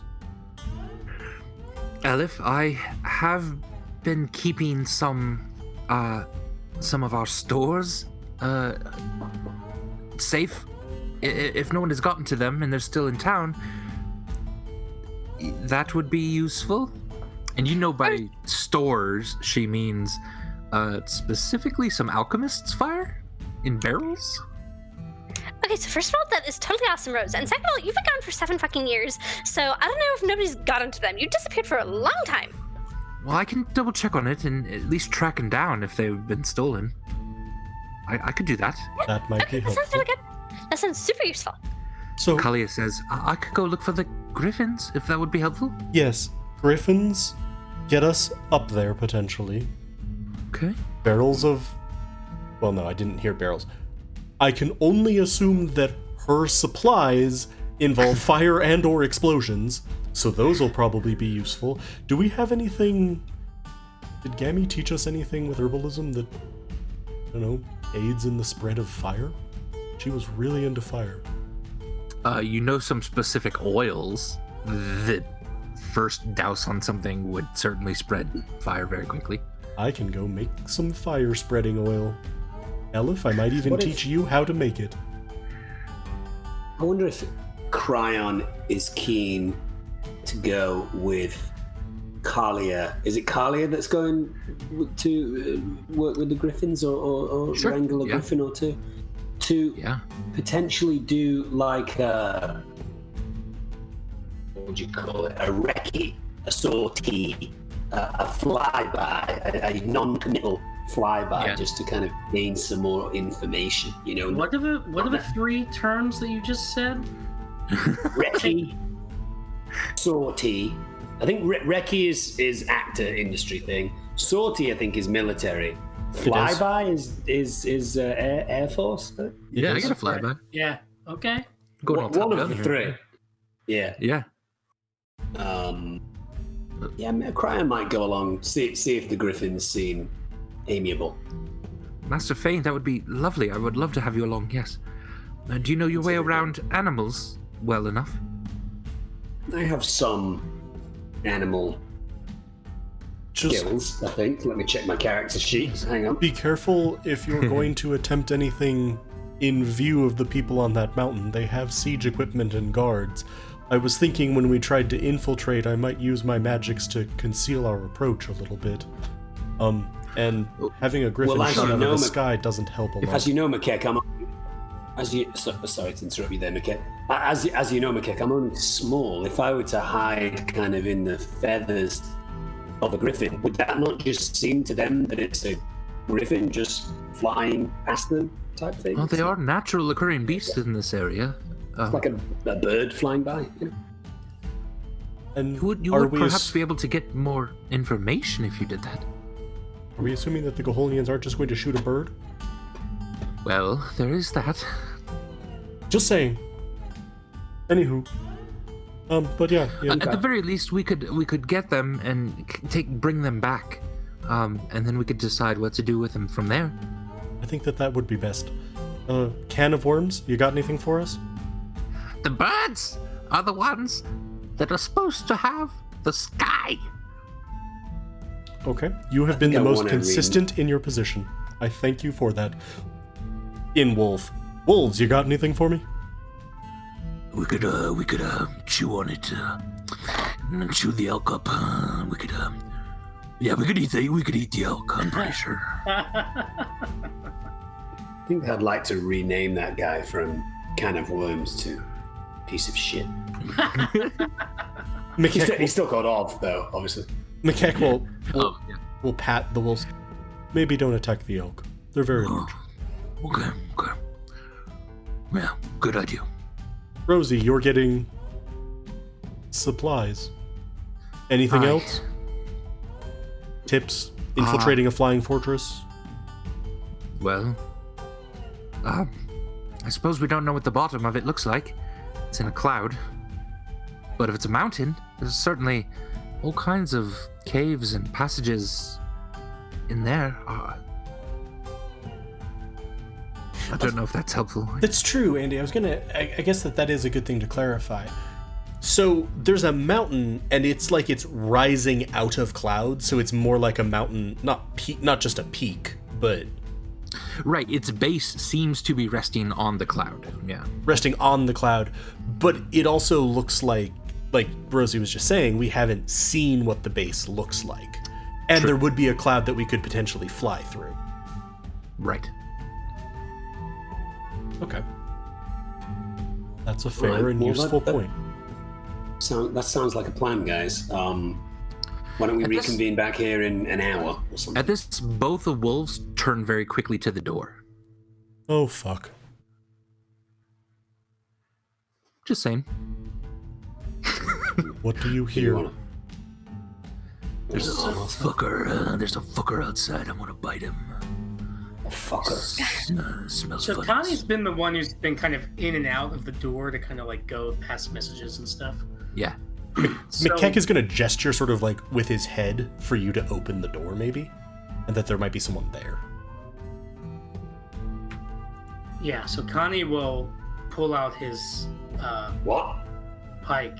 Not God. anything else. That was so quick on that. That was so fast. What? He pulled out his what? His two-handed pike, which is Yeah. Two-handed. Damn. you need two hands for this pike. Gotcha.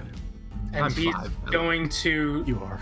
quickly open the door, prepared to attack whoever's on the other side if he needs to.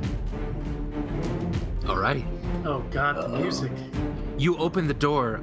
Two drow immediately scurry like cockroaches as the light comes on. One of them bolts right down the hall. One of them bolts left.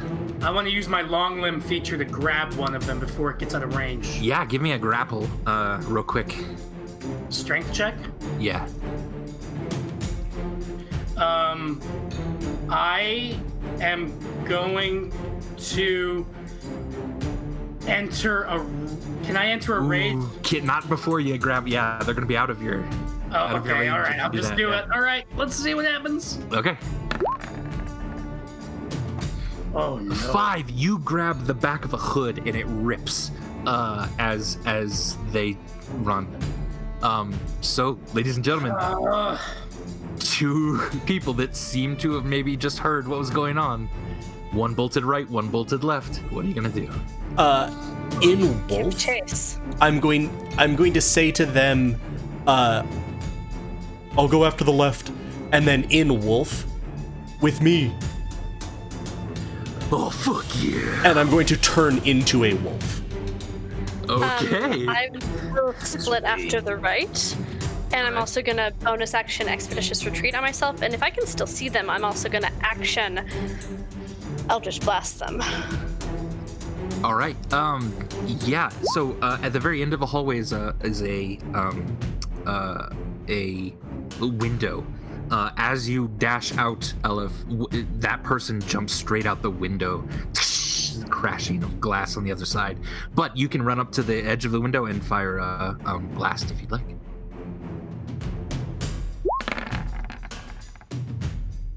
Does a critical fumble hit? I'm afraid it doesn't. Let me just go ahead and roll. I'm not using a weapon. Okay. I'm using Lucky. my hands. Very Andy, nice. in case it Yes. needs to be said, Connie is running as fast as he can after this drow and trying. Which one? The one the one that the wolves are not following. The right? Okay. So you and Elif How kind of much go of my right. movement did I use? It's only about 40 feet to the edge of the hallway. So I would also be using the rest of my movement to jump out the window after. Okay. Are you trying to just jump out the window, or do you like kind of climb out the window, make sure you're not getting cut on anything, or it is broken glass? I'm just gonna jump. All right, give me an acrobatics check. So that drow got outside already? Yeah. I rolled a 4. I can't roll tonight, you guys. We're fucked. All right. Please take 5 slashing damage as your leg just catches a bit of the glass on the way out. You tumble then onto the ground and have to stand up with the rest of your movement, now covered in mud. Connie's throwing a hand axe out the window at this drow, trying to hit him. Okay. Do that, please. Come on, dice. Better. 17? 17 hits? For 7 slashing, and Connie's also being reckless at this point. No, I don't even need. I don't need to do that because never mind. But you He's not could being crit. reckless. Try to tell that before you make the... Yeah, I should do that. Yeah, my bad. What just appeared? Okay. There we go. I'm also going to say, just for Dom's sake, while you're resolving that, Yeah. Yeah. this is the type of thing where you would know, my wolf form is a medium creature, much like Makek. You can ride any creature that's one size larger than you. And you are small. So you could ride on the back of one of the wolves. Good to know. Good to know. All right. I did have an alternate plan. Oh, go on. Ooh, yeah, Cryon, what would you like to be doing here? Well, so Cryon has these darts. I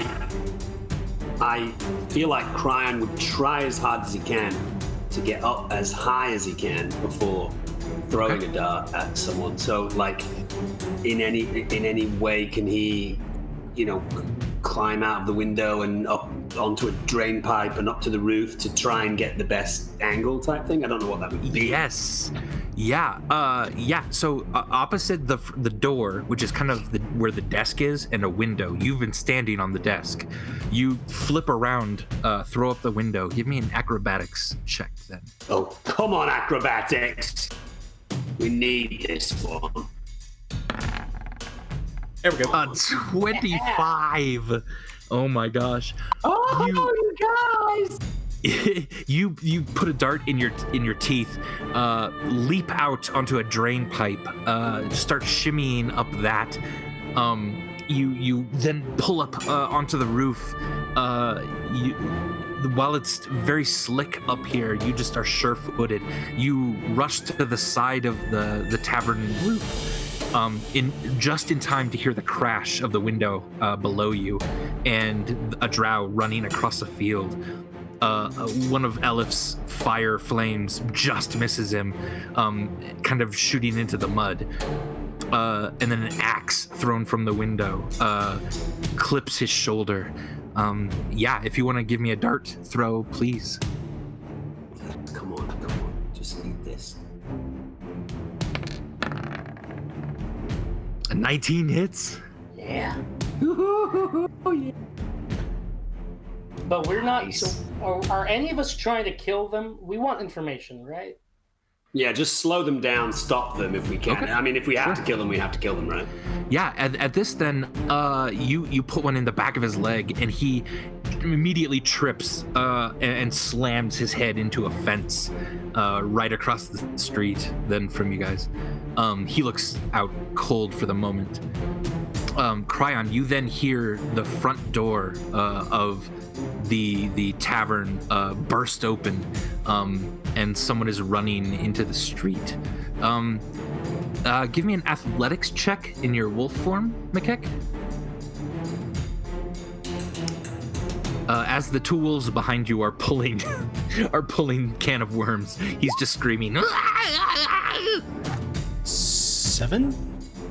7. All right. He's getting a little bit further from you as you're trying to make your way through the crowd of the tavern, not literally just running into people and knocking them over and hurting them. You're trying to just be a little cautious of that, and he's getting ahead of you just a little bit. So, am I out onto the street? Yes, you then get out onto the street as you see him dashing down this kind of side street. Okay, my base speed is 40, so I'm gonna just keep going as fast as I can. Beautiful. Calling back to the other wolves to get him, and I want to question him. Oh, fuck yeah. All right, so the three wolves are chasing this drow. Cryon, you see where he's going. You could give chase too if you wanted. And Elif and Connie, you saw this guy then go down, slamming his head into a fence. But you don't see the other one. I'll give chase for sure. I would say they might also hear a... Yeah, you do hear that? Yeah. Connie's climbing out the window after Elif, so he'll join her in getting to that one drow. Okay. Beautiful. All right. Cryon, you can either climb down onto the street, or you might be able to jump the street and land onto a roof on the other side. Yeah, is that an acrobatics check? It will take a key point, and then an acrobatics check. Yeah. All right, yeah, I'll do that. So All right. just roll an acrobatics check. Yeah. So you center yourself, a light blue kind of energy circling around your feet, and then you just dash off the side of this thing, leaping into the air. Come on, Dougie. The 19. Yeah, you land on the roof across, and you see the drow running through the street down below. Wolves in pursuit. So the wolves are going to catch up a little bit as well. Cryon, you're running along the roof. Probably the wolves are just going to get there. You're going to catch up to them about here, near where there's another kind of bend in the road. You can try to attack if you'd like, Makek. Yep. Are my other wolf brethren up with me? They're behind you a little bit, so Okay. not quite, not quite a pack tactic thing yet. So, I've been catching up to this person, right? Yeah.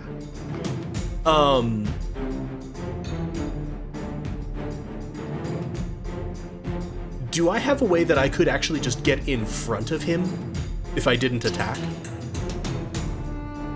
Yeah, you think you would eventually be able to catch up to him. He looks like he's turning down this Okay, street, well then I wouldn't do street. that. I meant right now. If I Okay. forewent my, or, Not you know. quite right now. Yeah. Okay, so yeah, I will go ahead and do a bite. Okay. Do a bite. 16. 16 just hits. Okay. Yeah, you just catch the back of his leg here. DC 11 strength saving throw. Or prone. Let me roll that.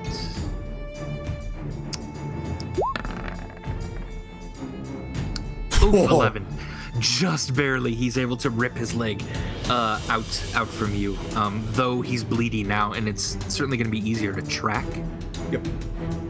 All right. Cryon, you catch up to the corner of this as well. As he turns the corner, you see him kind of bend over, shrink, and then pop out wings. he immediately turns into a hawk and is beginning to fly up into the air. You have another dart if you'd like to try to hit him. Yeah, let's do that for sure. I don't really have too many options. You might be able to try to grab him in midair as another option, but I've already a 25. already thrown it. Yeah. 25. Yeah, you pierce one of the wings. He immediately turns back into a drow, and then falls about 20 feet to the ground. Nice rolling in the tail end of this game. 8 damage. Yeah, he falls then down to the ground, and the wolves are immediately kind of on him. He does look unconscious, Mikek. It looks like Cryan got him in midair. Nice. So I will pop back out of wolf form. Okay. And quickly check his vitals. Basically make sure he's not bleeding out, dying, make sure he's actually unconscious. Sure thing. You want medicine? Yeah, give me a medicine check. Jesus Christ. Oh, No. crap. As you're you're sort of pulling him over just a little bit, rolling him over, you hear just a crack in his neck as it's just limp. You all of a sudden don't hear any vitals. It's gonna take probably something more magical at this point to revive him. Would So- Adam and I have gotten to the other one? Yes. Not Adam. That's not his name. His name is Connie. Connie. What's the difference at this point? We only need one alive to get information, right? Yeah. Theoretically. Mikek is going to sigh and reach up sort of a hand to his flower crown and pluck off a series of 10 berries, casting the spell Goodberry, and Interesting. shove one in his mouth, which it does heal 1 HP. It does. All right, you shove one in his mouth. You then hear some like crack, like his eyes just kind of barely like open slightly. He looks really out of it. So he's metagame, but also he's alive and conscious, and I would assume like now with 1 HP, basically. Yes. Okay, Mikek is going to punch him in the face. Okay. He's prone. Give me an attack roll with advantage, just to make sure you hit him. Don't break his neck again. 20, yeah. And You not the just damage, punch him just then the- straight in the face. Yeah. I punch didn't him say straight in the wake face. up. I just said don't die. I didn't actually say any of that. It was an internal monologue. He is unconscious. And ladies and gentlemen, that will take us out of any sort of fight. Woo! Well done. Nice. All right. As you and the wolves very gleefully drag the drow back, you also then see Elephant Connie with the same. It seems like you've caught both of your preys. And I think we're gonna leave the questioning till next time. Oh boy. Because that does it on this episode of Dumb and Dragons. Give us, man, yeah, that was awesome. Well done. I don't know what I was gonna say. Give us something. Give us your applause. Give us your love. Give us your love. Give us ratings and reviews of the Goats and Dragons podcast, the only feed where you can find Dom and Dragons. 100%. All right. Yeah, and you can catch the podcast on iTunes, Stitcher, Spotify, anywhere you get your podcasts. You can just look up Goats and Dragons. It is there. On Facebook and Twitter, we are at Helpful Goat. Our Ko-Fi or coffee page is ko-fi/Helpful Goat. You can type .com/Helpful Goat. .com/Helpful Goat. Thank you. URL. You can type !donate in the chat if you want to. If you really like what we're doing and you'd like to help support what's all going on there with some, with some monies, awesome. That's very nice of you. But you don't have to at all. If you're just enjoying this, give us a follow. Give us a, subscribe on everything. Instagram Dom and tell him that you like what's going on. Any of that is super helpful, and we really, really appreciate it. We're gonna be back next week on Wednesday with another Dom and Dragons. Until then, this Thursday we have Spire. And then Friday we have Tier, which is an amazing campaign that Galway is doing, and I'm playing in. It's so much fun. So yeah, there's lots of Goats and Dragons and helpful goat stuff that you can be a part of. So thanks for checking us out, everyone. We love you so much. Stay safe out there, hang in there. And from all of us on Dom and Dragons, we wish you an excellent evening. Good night. Also, thank you to Eve the Wayward Hobbit and Tibby Taboo for also, the 100 bits each.